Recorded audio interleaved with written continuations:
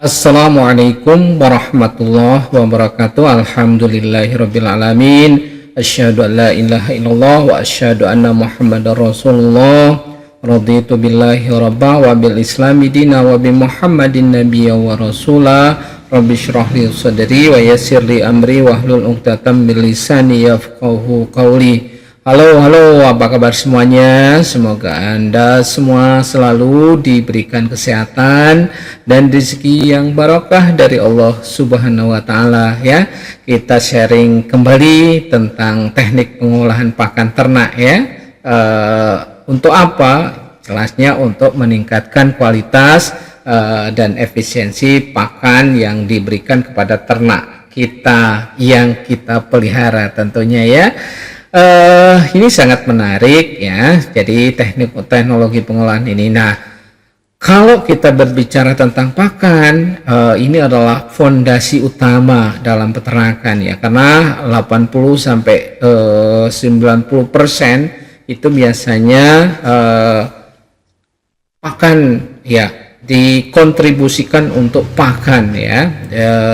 Nah, oleh karena itu amat mendasar kalau misalnya teknik pengolahan pakan ini sangat tepat dan bisa meningkatkan produktivitas dan efisiensi usaha peternakan Anda semua tentunya. Nah, ini di dalam presentasi ini ataupun di dalam kesempatan ini akan kita lakukan atau membahas bagaimana teknik pengolahan pakan yang mudah, yang sederhana, mulai dari konsep dasar hingga teknologi yang modern yang bisa kita lakukan, ya, sehingga kita akan menghasilkan pakan berkualitas tinggi dengan biaya yang murah dan efisien tentunya, ya.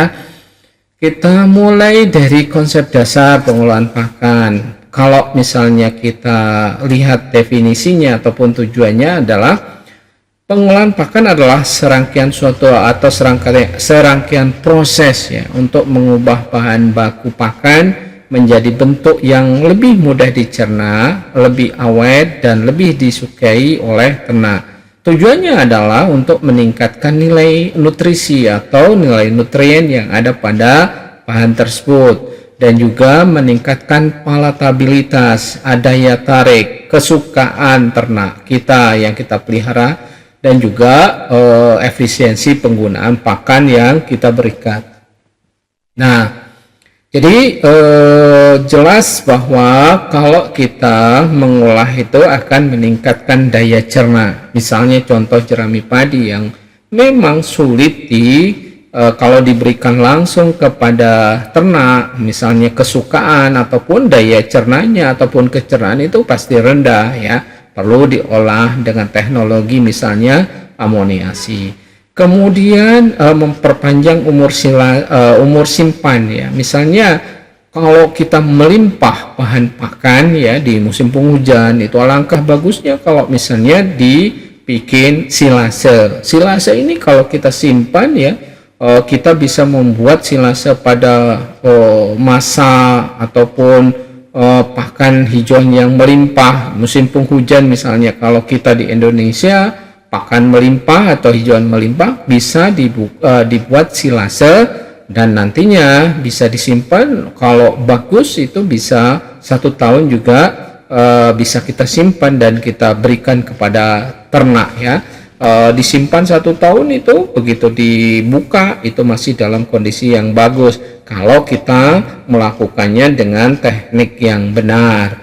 Kemudian berikutnya adalah memudahkan pemberian pakan. Jadi ini salah satu keuntungan kalau kita mengolah pakan tersebut. Nah, kalau berbicara tentang faktor kualitas pakan sekarang, ya, kualitas pakan dipengaruhi oleh beberapa faktor, termasuk misalnya jenis bahan bakunya, kemudian komposisi nutrisi, kemudian tingkat kontaminasi, dan metode pengolahan. Nah, pakan berkualitas baik itu harus mengandung nutrisi yang lengkap, ya, dan seimbang tentunya, bebas dari bahan berbahaya, serta mudah dicerna oleh ternak. Itu adalah salah satu ciri atau parameter yang bisa kita lihat atau kualitas itu dari kandungan nutrisinya bisa kita lihat ya.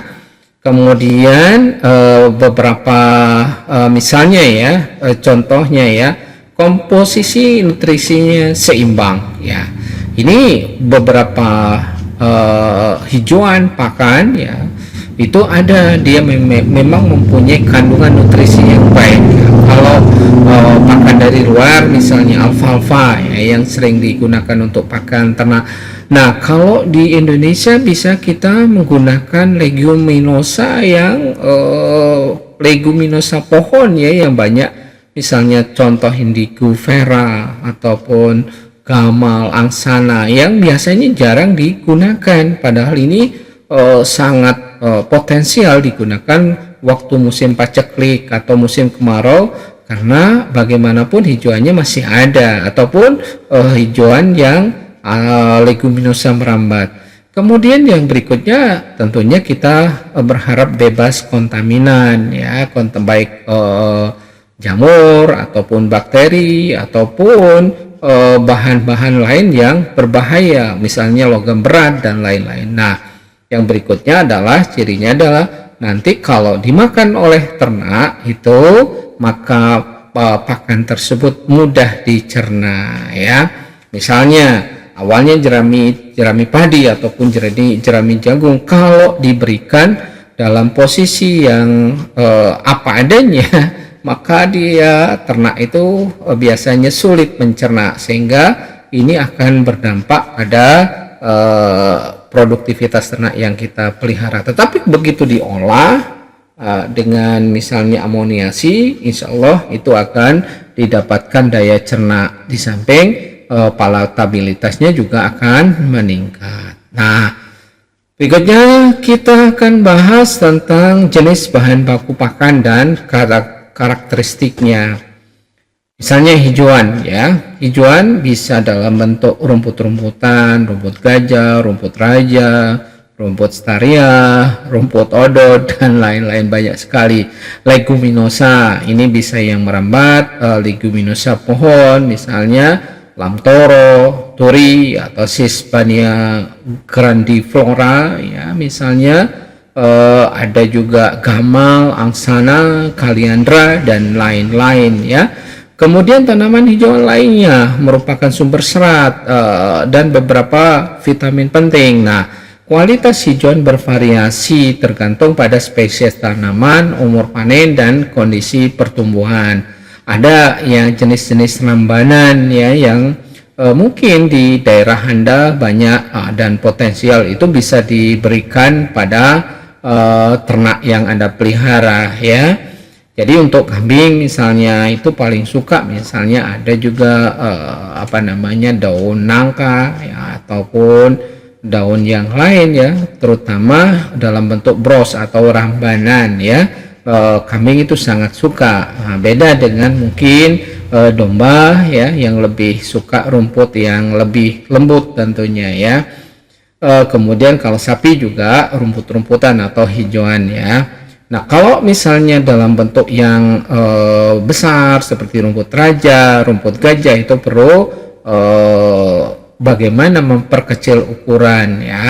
Misalnya kita gunakan chopper, dan bahkan pelepah sawit juga itu bisa digunakan untuk pakan ternak, asal ada input teknologi di situ. Misalnya kita chopper, itu akan bisa meningkatkan palatabilitas, kecernaannya ya, itu perlakuan secara fisik tentunya.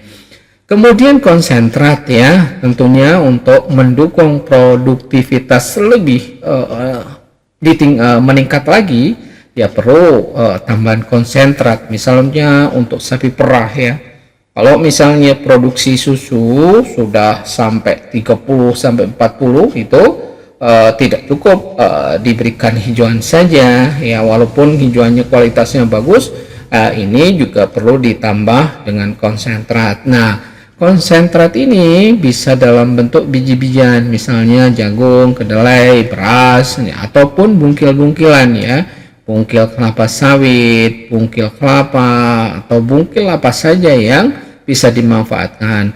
Namun ada kendala memang untuk bungkil kedelai ini karena impor biasanya harganya mahal.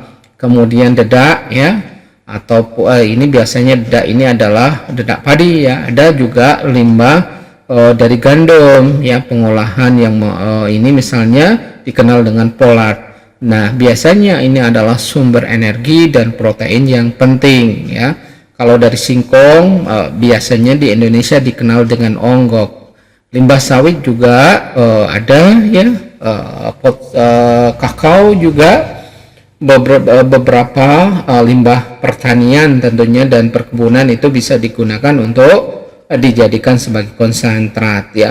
Konsentrat ini memiliki kandungan nutrisi yang lebih tinggi daripada hijauan, tetapi rendah seratnya. Kemudian komponen atau jenis pakan yang lain ya, aditif ya, bisa kita gunakan berbagai sumber vitamin, mineral, asam amino misalnya, dan antibiotik ditambahkan untuk melengkapi nutrisi pakan dan meningkatkan kesehatan ternak. Nah, penggunaan aditif harus sesuai dengan rekomendasi ahli nutrisi, jangan sampai sembarangan. Kita harus bisa menyusun ransum, nanti kita lihat bagaimana nutriennya atau komposisi mineral, vitamin ataupun asam amino ada defisiensi enggak gitu ya. Kalau ada kekurangan itu harus ditambahkan supaya pakan yang kita berikan itu benar-benar sesuai dengan kebutuhan ternak yang kita pelihara tentunya. Nah, ada teknik fisik pengolahan pakan ya, bisa dilakukan pengeringan ya, mengurangi kadar air pakan untuk mencegah pertumbuhan jamur dan bakteri. Ini penting ya, karena kadang-kadang contoh jagung ya, kalau misalnya terlalu kadar airnya terlalu tinggi, ini bisa menjadi pemicu munculnya Aspergillus flavus ya misalnya. Ini bisa saja terjadi. Makanya kalau kadang-kadang kalau kita beli jagung dari manapun itu harus diperiksa ya kadar airnya, bagaimana tingkat kerusakannya. Jangan sampai kita beli dengan kualitas yang rendah. Nah, kalau mengurangi kadar air ini bisa memperpanjang umur simpan nantinya. Kemudian metodenya ya, penjemuran dengan matahari, sun drying ya. Kemudian pengeringan secara oven atau oven drying ya, dengan oven. Nah, kalau bisa disarankan jangan penjemuran di bawah sinar matahari langsung ya. Kalau memungkinkan ya, ada tempat yang walaupun bukan oven tapi usahakan kalau bisa jangan terpapar matahari langsung, karena kemungkinan nantinya ini akan mengurangi kadar nutrisi yang ada pada pakan ya. Kemudian yang berikutnya adalah penggilingan ataupun pemotongan ya, di chopper ya, ataupun digiling, grinding ya. Bisa menggunakan grinding, bisa menggunakan hammer mill dan dish mill dan lain-lain. Nah, ini fungsinya adalah memperkecil ukuran partikel pakan yang supaya bisa meningkatkan daya cerna dan memudahkan pencampuran. Misalnya mesin penggiling palu hammer mill misalnya, penggiling cakram atau dikenal dengan dish mill, ini bisa digunakan, atau misalnya dalam bentuk ini ya, hijauan yang dalam bentuk besar-besar seperti tepung misalnya ya, bukan tepung maksudnya rumput gajah atau rumput raja, biasanya karakteristiknya itu cukup keras ya, bahkan ini apa namanya pelepah sawit ya, itu kalau diberikan langsung ya akan sulit ternak makan, tetapi begitu dicopper nanti akan menjadi ukuran yang lebih kecil, maka ternak akan bisa mengkonsumsinya dengan lahap tentunya. Tentunya ini akan meningkatkan palatabilitas yang ada ya. Kemudian bisa teknik lagi pengayakan dan pencampuran, itu jadi diayak kemudian dihomogenkan.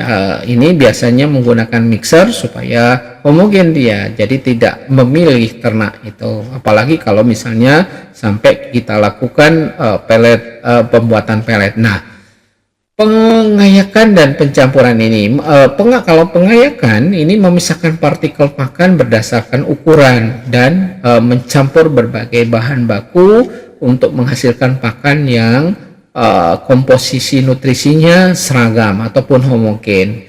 Nanti kalau misalnya kita mencampur atau membuat konsentrat dengan supaya tercampur dengan baik, ya diharapkan ukurannya atau meshnya, saringannya itu seragam, nanti akan lebih mudah untuk mencampurnya. Nah, mesin ayakan bergetar, misalnya mesin pencampur atau fig mixer, ya bisa ayakan yang bergetar, ya shake bukan shaker bed, ya jadi dia bergerak, bergoyang, ya. Ini akan membantu mengayak supaya nanti yang keluar dari ayakan itu adalah dalam bentuk yang seragam nantinya, dan ini begitu dimasukkan di dalam mixer itu akan bisa tercampur dengan baik, artinya bisa homogen nantinya.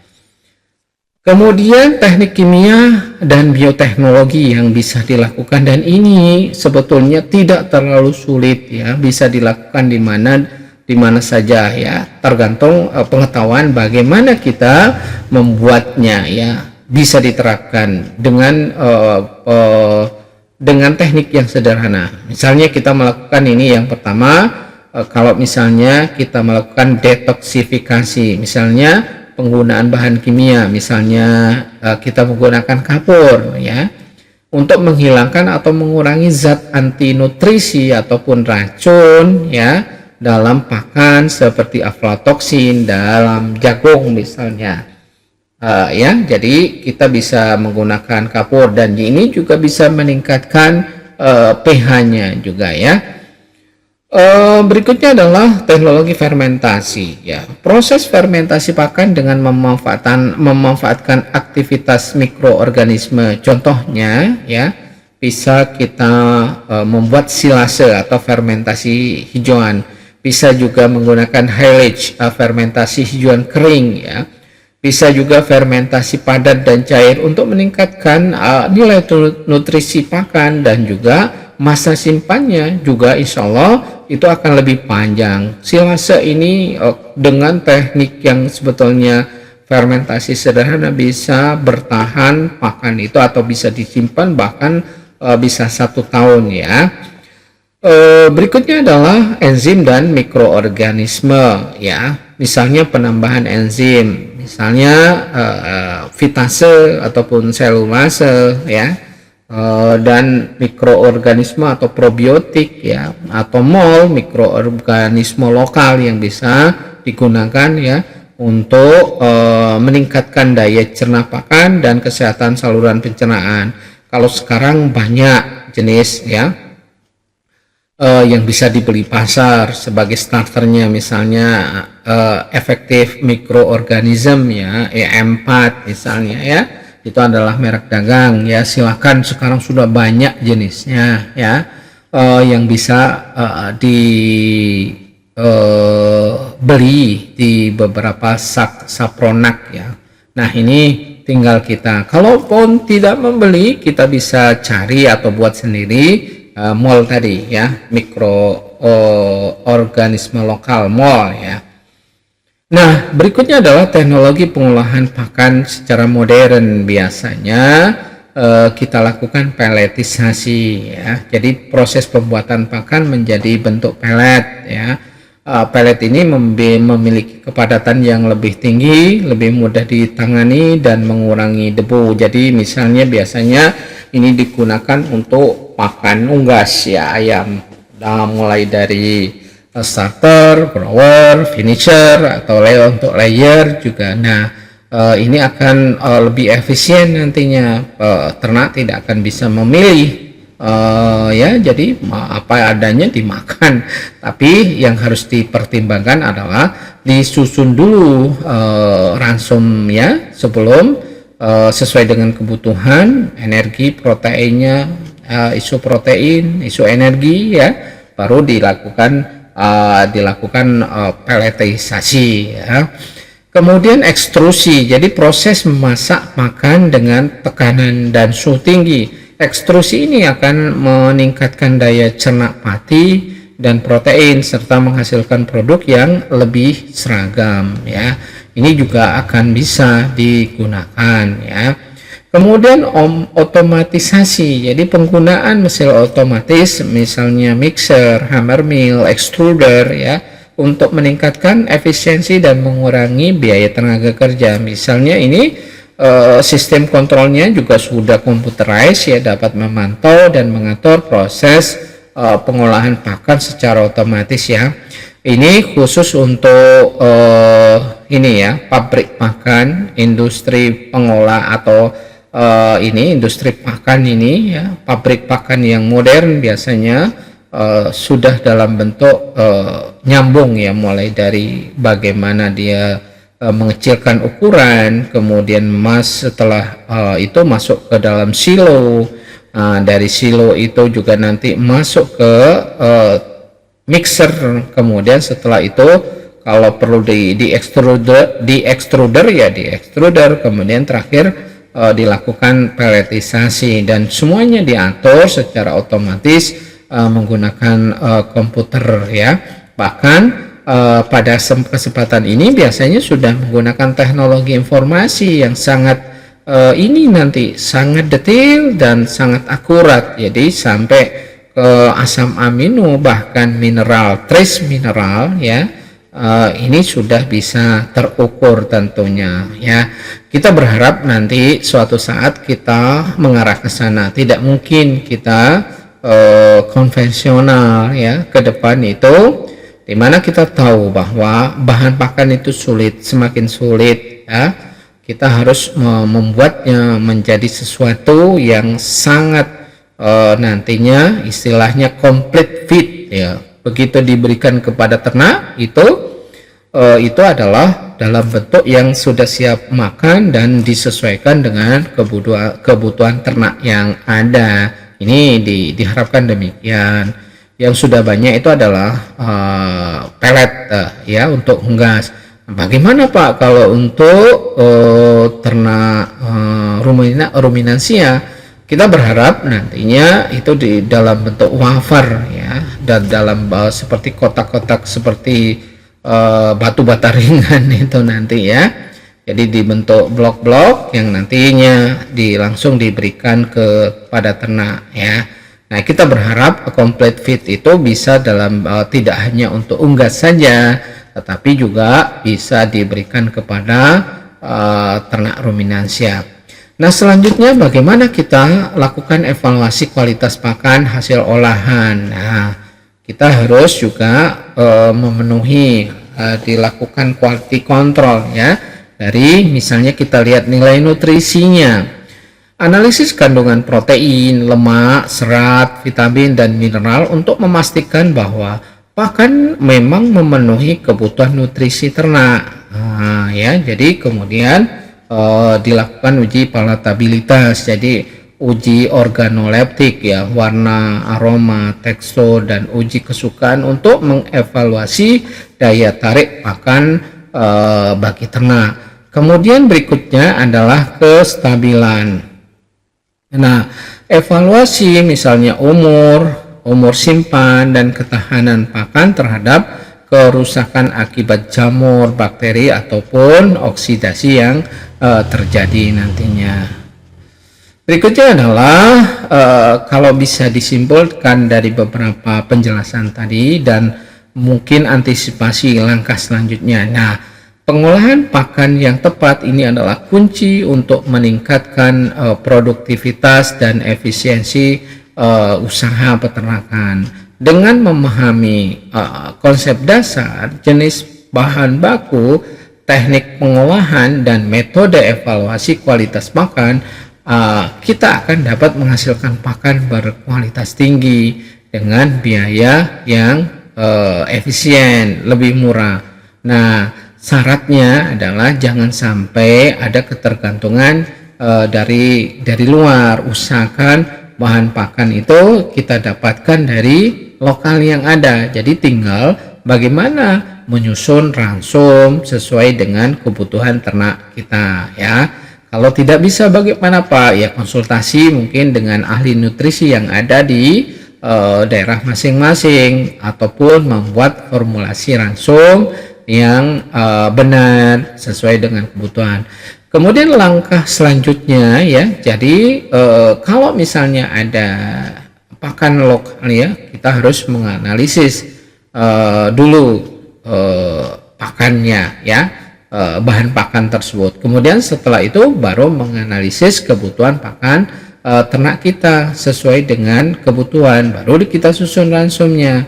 Nah, kalau misalnya perlu dilakukan ya pengolahan ya, memilih teknik pengolahan pakan yang sesuai dan mudah dan bisa dilakukan di tempat Anda masing-masing. Jangan rumit-rumit ya, karena sekarang itu sudah teknologi tepat guna yang bisa atau banyak bisa dilakukan untuk pakan ternak kita. Kemudian yang berikutnya adalah menerapkan sistem kontrol kualitas pakan yang ketat atau quality control. Itu harus dilakukan dengan baik tentunya ya, supaya begitu pakan yang sudah kita buat itu diberikan, ini akan meningkatkan produktivitas ternak kita. Jadi dengan menerapkan langkah-langkah ini, maka kita akan dapat meningkatkan kesehatan dan produktivitas ternak kita, serta mencapai keuntungan yang lebih besar dalam usaha peternakan kita semua ya.